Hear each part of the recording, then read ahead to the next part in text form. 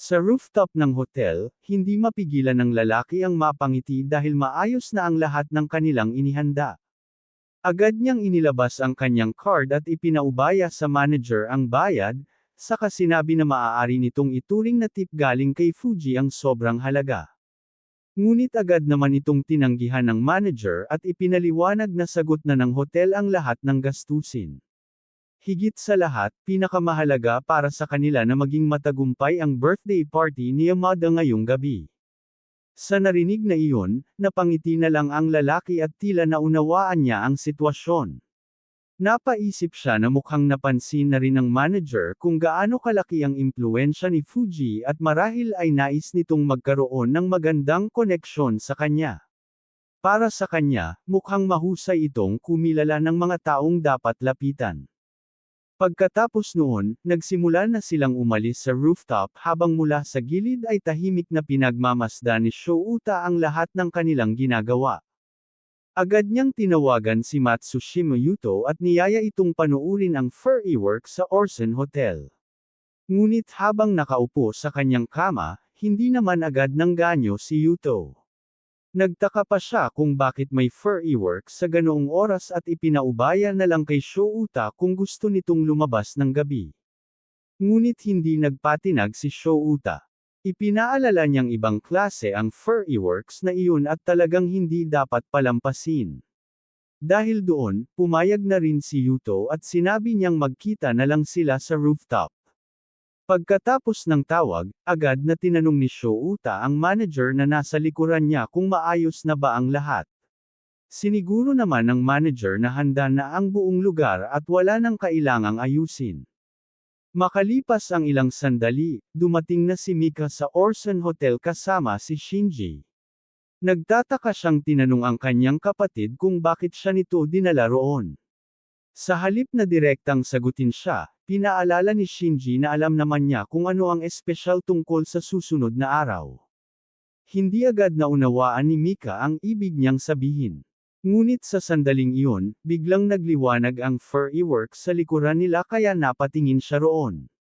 Napansin din niya ang countdown na nagsasaad ng 12 oras, 21 minuto, at 59 na segundo. Dahil dito, napatanong si Mika kung ano ang ibig sabihin ng lahat ng iyon. Samantala, sa labas ng hotel, hindi rin mapigilan ng mga taong nakasaksi ang humanga sa napakagandang fireworks.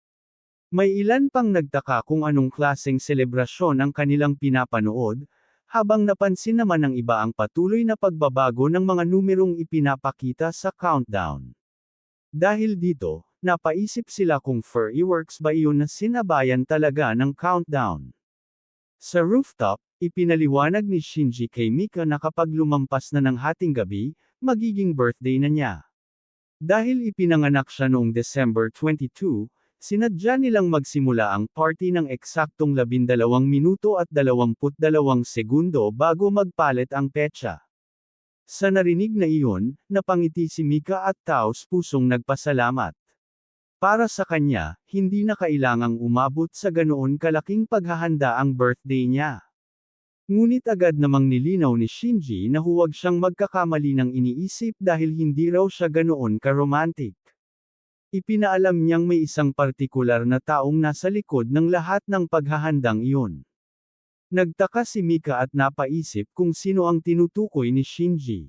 Samantala, sa ibabang bahagi ng hagdan, naroon ang lalaki na kausap si Fuji. Ipinaalam niya rito na ang susunod na bahagi ng programa ay isang drone show. Pagkatapos nito, kailangan nang pumasok ni Fuji dala ang bouquet. Sa narinig na iyon, napangiti si Fuji dahil mukhang maayos na ang lahat ng kanilang paghahanda. Pinuri niya ang lalaki sa magandang trabaho at sinabi na kapag naging matagumpay ang lahat, bibigyan niya ito ng reward. Ngunit nang banggitin ni Fuji ang halagang 3, biglang nagulat ang lalaki. Napaisip siyang baka 3 beses nang napag-usapang halaga ang matatanggap niya kaya agad siyang nagpasalamat. Ngunit nang banggitin niya ang 1 yen na ginastos para sa event, saka lang niya nalaman ang tunay na ibig sabihin ni Fuji. 3% lamang pala ang tinutukoy nito. Ipinaalala ni Fuji na kailangan lang nilang gawin ng maayos ang kanilang trabaho at matatanggap naman nila ang nararapat na bayad. Wala nang nagawa ang lalaki kundi sumang-ayon. Makalipas ang ilang sandali, dumating na si Fuji sa hotel at habang naglalakad ay tinanong niya ang lalaki tungkol sa sinabi ng hotel staff tungkol sa mga gastusin. Ipinaliwanag nitong walang naging discount at mas lumaki pa ng kaunti ang naging gastos dahil nadagdagan iyon ng 50 senador. Hindi naman ito pinagtuunan ng pansin ni Fuji. Kinuha niya ang bouquet at patuloy na naglakad habang sinasabi na hindi na kailangang problemahin ang maliliit na halaga. Ang mahalaga ay maging maayos ang buong plano. Napansin niyang malapit na ang tamang oras kaya agad niyang sinabing oras na para magsimula sila. Tahimik namang sumunod ang lalaki kay Fuji, ngunit habang naglalakad ay hindi niya mapigil ang menas. Napaisip siya na ang higpit ni Fuji pagdating sa pagbabayad sa kanila, pero kapag sariling gastusin ito sa hotel, parang wala itong pakialam sa halaga. Samantala, habang papalapit sina Fuji mula sa likuran ni Mika, napatanong si Mika kay Shinji kung sino ba talaga ang naghanda ng lahat ng iyon. Aminado naman si Shinji na hindi rin niya alam ang buong detalye. Ang alam lang niya, inutusan siyang dalhin si Mika roon upang panoorin ang fireworks at malalaman na raw nito ang lahat kapag nagsimula na ang mga ito. Sa sandaling iyon, tuluyan nang lumapit si Fuji at binati si Mika ng maligayang kaarawan. Agad namang napatingin si Mika sa kanya at nagtaka kung ano ang ginagawa niya roon. Ngunit tila may iba pang gustong ipakita si Fuji. Sinabi niyang siyempre, naroon siya dahil bahagi siya ng lahat ng iyon, bago niya biglang pinutol ang kanyang sasabihin at sinabing mauunawaan din ni Mika ang lahat kapag natapos na ang fireworks. Sa baba ng hotel, biglang napatingin ang mga tao sa kalangitan nang magsimulang mabuo ang mga letre mula sa fireworks. Namangha ang isang babae sa nakita niya at napaisip na talagang iba ang paraan ng mga mayayaman kapag may ipinagdiriwang. Hindi rin makapaniwala ang isang lalaki sa dami ng fireworks at naisip niyang baka katumbas na nito ang buong taon niyang sweldo. Sa kalangitan, unti-unting nabuo ang isang birthday message para kay Mika. Nakalagay roon ang pagbati mula kay H, na nagnanais ng kanyang kaligayahan. Nang makita iyon ni Shinji, agad siyang napahanga at napaisip kung si Haruma Fuji ba ang tinutukoy ng letrang H. Para sa kanya, talagang kahanga-hanga ang ginawa ni Fuji. Ngunit bigla siyang natigilan nang mapansin niyang nagbago ang mga letrang ipinapakita sa kalangitan at naging YM ang mga ito. Dahil dito, napatanong siya kung sino naman ang YM na iyon. Samantala, hinarap ng manager ang mga tauhan ni Fuji at ipinaliwanag na wala naman silang natanggap na request o order para sa event na iyon. Dahil dito, hiniling niyang magpakita sila ng kontrata o kahit expense claim bilang patunay na may nagpagawa talaga sa kanila ng buong setup. Sa narinig na iyon, doon napagtanto ng lalaki kung bakit ayaw tanggapin ng manager ang bayad kanina. Napaisip siyang mula pa sa simula ay sinadya nitong tanggihan ang pera upang mahuli sila sa sitwasyong iyon. Ngunit kalmado lamang na ipinaalam ng manager na hindi niya nauunawaan ang sinasabi nito. Dahil dito, agad na hinarap ni Fuji ang manager at nagtaka kung talagang wala itong natanggap na anumang bayad. Samantala, iginiit naman ng lalaki na kung hindi naman pala birthday party ang event, dapat ipaliwanag ng manager kung para saan ang lahat ng dekorasyon at paghahandang iyon. Sa gitna ng kanilang pagtatalo, biglang dumating si Shouta. Masaya niyang ipinaalala sa kanila na sinabi na niya kanina na ang kanyang kapatid ang naghanda ng lahat ng iyon para sa birthday party. Para sa kanya, malinaw naman na dapat ay pinakinggan nila siya mula pa sa simula. Ngunit bigla silang natigilan nang mapansin nila ang isang pamilyar na taong kaka-rating lamang sa rooftop. Inaantok pa si Matsushima Yuto nang tanungin niya si Shouta kung bakit niya siya tinawag at sobra pa siyang inaantok.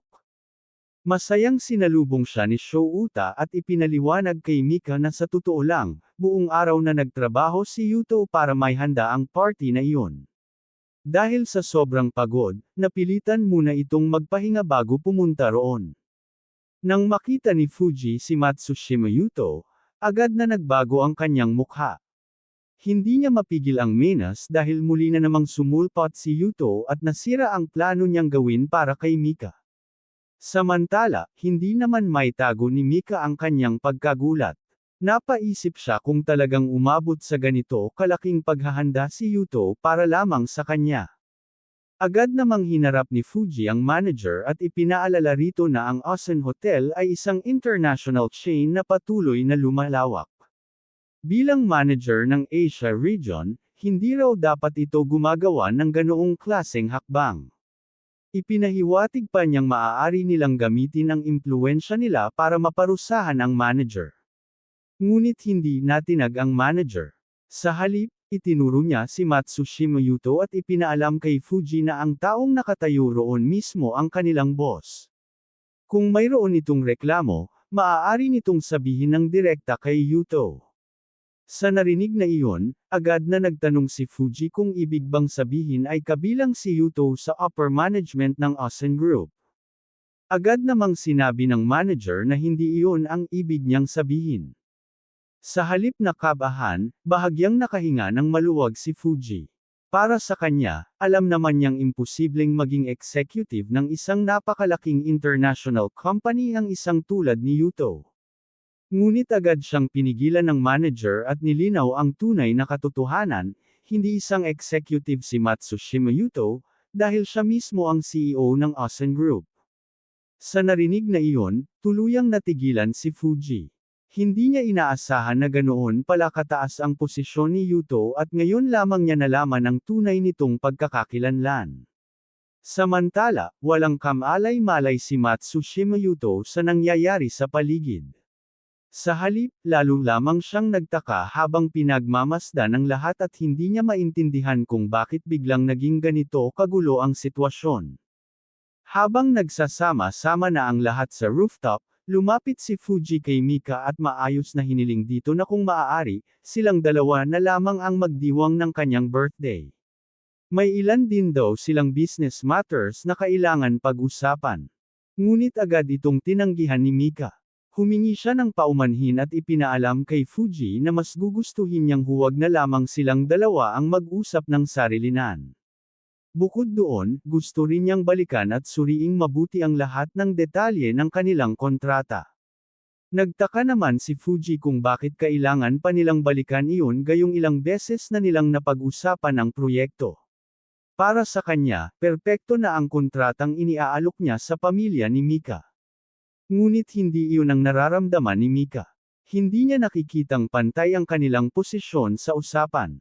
Sa totoo lang, pakiramdam niya ay samobra na si Fuji nang tulungan nito si Shinji sa plano nito nang hindi man lamang siya kinonsulta. Dahil dito, agad na humingi ng tawad si Shinji sa kanyang kapatid.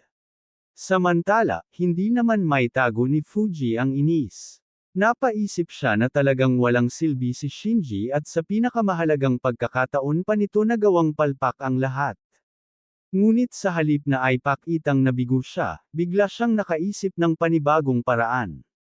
Napangiti siya at ipinaalala kay Mika na kasalukuyang isa sa pinakamainit na industriya ang bagong energy sector. Para kay Fuji, kahit hindi gaanong pag-isipan ang industriyang iyon, malaki pa rin ang posibilidad na kumita rito. Kaya kung ayaw tanggapin ng pamilya Yamada ang iniaalok niya, wala siyang problema na humanap ng ibang taong makikipagdeal sa kanya. Pagkatapos sabihin iyon, naging seryoso ang mukha ni Fuji at tuluyan na siyang umalis sa rooftop. Habang pinagmamasdan ni Shouta ang pag-alis niya, hindi niya napigil ang bigyan ito ng thumbs down. Para sa kanya, parang nagpapakitang gilas lang si Fuji dahil naroon ang kapatid ni Mika. Pagkatapos noon, humarap siya kay Matsushima Yuto at tinanong kung nasiyahan ba ito sa naging resulta ng lahat. Nakangiting napatanong naman si Yuto kung si Shouta ba ang may pukana ng lahat ng iyon. Agad namang itinuro ni Shouta ang manager at ipinaliwanag na hindi naman lahat ng ginawa ay galing sa kanya. Karamihan sa paghahanda ay inayos mismo ng Tokito manager. Magalang namang itinanggi iyon ng manager at ipinaalam na naging posible lamang ang lahat dahil sa suporta ni Shouta.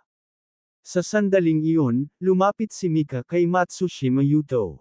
May gusto raw siyang pag-usapan at gusto niyang malaman kung magandang pagkakataon ba iyon para mag-usap sila.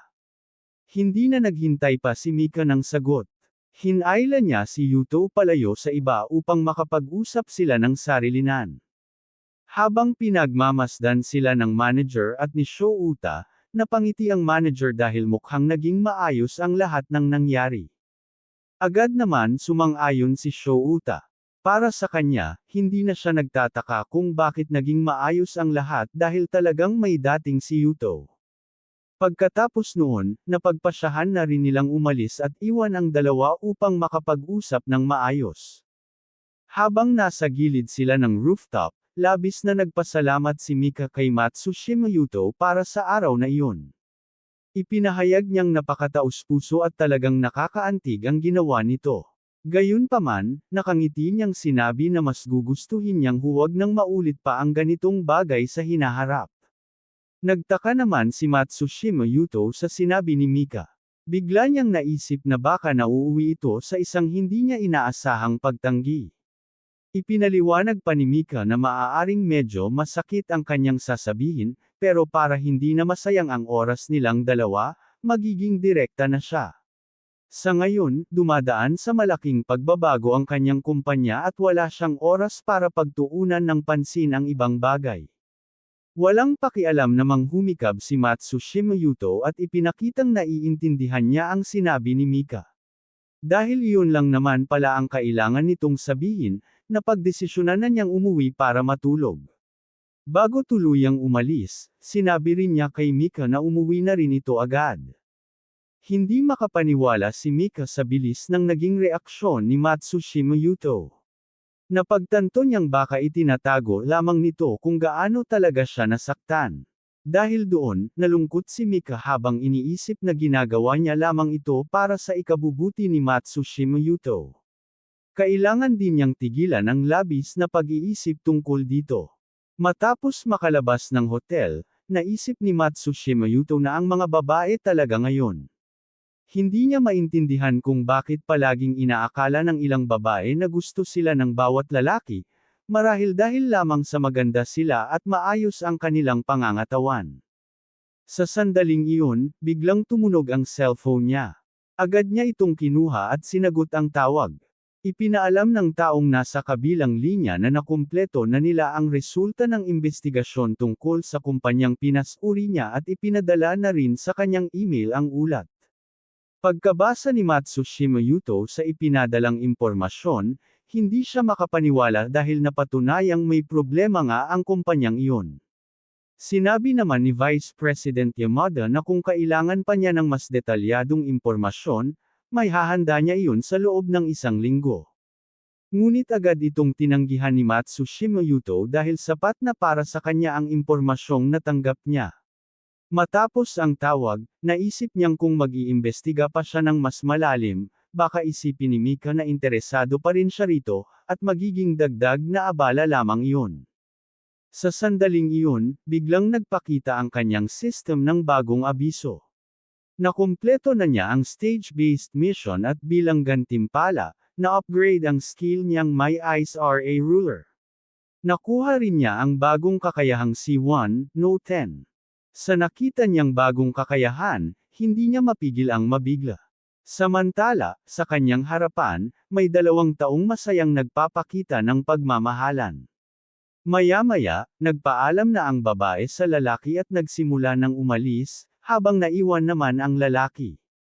Habang naglalakad ang babae, napansin niyang nakatingin sa kanya si Matsushima Yuto kaya naiinis siyang nagtanong kung ano ang tinitingnan nito. Ngunit sa halip na siya ang pagtuunan ng pansin, napansin ni Matsushima Yuto ang bag na dala niya. Agad niyang napansin na peke ang Hermes bag ng babae. Ayon sa kanyang pagsusuri, cordovan leather ang ginamit dito, ngunit hindi mano-manong ginawa ang tahi dahil gumamit ito ng sewing machine. Pati ang hardware ng logo ay hindi maayos ang pagkakagawa. Gayunpaman, napansin niyang maayos naman ito para sa isang pekeng bag. Hindi makapaniwala ang babae nang malaman niyang peke ang kanyang bag. Dahil dito, galit niyang ibinalik ito sa lalaking nagbigay sa kanya at hinarap ito dahil sa pagbibigay sa kanya ng pekeng bag. Samantala, nagtataka naman si Matsushima Yuto sa sarili niyang sinabi. Wala naman siyang malalim na kaalaman tungkol sa mga mamahaling brand, kaya hindi niya maintindihan kung bakit natural na lumabas sa kanya ang lahat ng detalyeng iyon. Agad namang ipinaalala ng kanyang system na ang pagkumpleto ng mga mission ay nagbibigay ng tuloy-tuloy na bonus. Nagtaka si Matsushima Yuto tungkol sa bonus na ito at hindi pa niya alam kung kailan niya ito magagamit. Gayunpaman, napagtanto niyang isa itong kakayahang hindi kayang bilhin ng pera, kaya wala namang masama kung itatago niya ito. Sa sandaling iyon, muli siyang nakatanggap ng tawag at tinanong kung kailangan pa ba niyang magpagawa ng ibang imbestigasyon. Dahil dito, agad siyang humingi ng isa pang imbestigasyon at sinabing kailangan niya ito ng madalian. Idinagdag pa niya na hindi niya kayang makita ang isang inosenteng babae na naloloko. Ngunit biglang dumating si Marinyan at tinanong siya kung sino ang babaeng pinag-aalala niyang maloko. Nang makita ni Matsushima Yuto si Marinyan, nagtataka niya itong tinanong kung ano ang ginagawa nito roon. Masiglang ipinaliwanag ni Marinyan na dinala siya ng kanyang ama sa isang dinner kasama ang grupo ng matatandang lalaki. Sa wakas ay nakatakas siya mula roon. Pagkatapos, bigla siyang tumayo ng maayos at naalala ang mga furry works na nakita niya kanina. Nagtanong siya kay Matsushima Yuto kung alam ba nito kung ano ang nangyari. Medyo naiilang na sinabi ni Matsushima Yuto na hindi rin niya alam ang buong detalye. Pagkatapos, tinanong naman niya si Marinyan kung mag-stream ba ito ngayong araw. Agad namang inilabas ni Marinyan ang kanyang camera at ipinaliwanag na hindi siya mag-stream dahil araw iyon ng kanyang paghahanap ng content.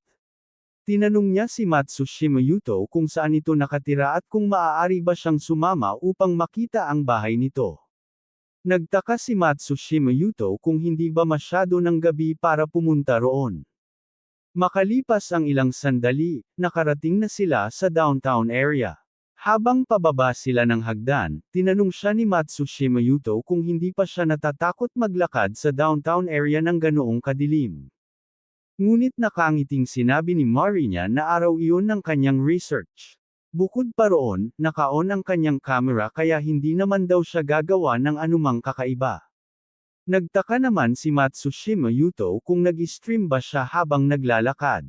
Ipinaliwanag ni Marinyan na hindi siya nag-stream kundi gumagawa lamang ng vlog. Ang tema nito ay pagbisita sa bahay ng isang mayamang tao, at nag-iipon siya ng footage sakaling bumaba ang kanyang kasikatan.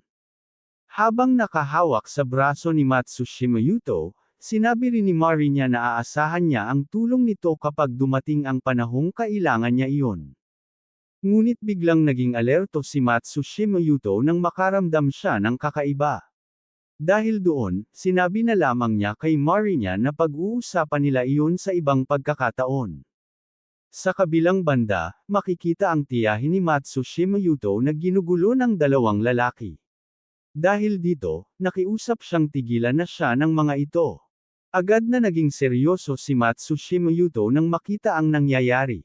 Sinabihan ng lalaking nakasalamin ang kanyang tiyahin na kung hindi pa rin ito ibebenta sa presyong iniaalok nila, mapipilitan silang ipadala sa kulungan ang kanyang anak. Dahil sa ginagawa ng dalawang lalaki sa kanyang tiyahin, agad silang hinarap ni Matsushima Yuto at seryosong tinanong kung ano ang ginagawa nila roon. Natigilan ang dalawang lalaki nang mapansin nilang may dumating na tao. Dahil dito, nagsimula silang umalis habang binibigyan ang tiyahin ni Matsushima Yuto ng isa pang araw para pag-isipan ang kanilang alok. Agad namang nilapitan ni Matsushima Yuto ang kanyang tiyahin at tinanong kung ano ang nangyayari.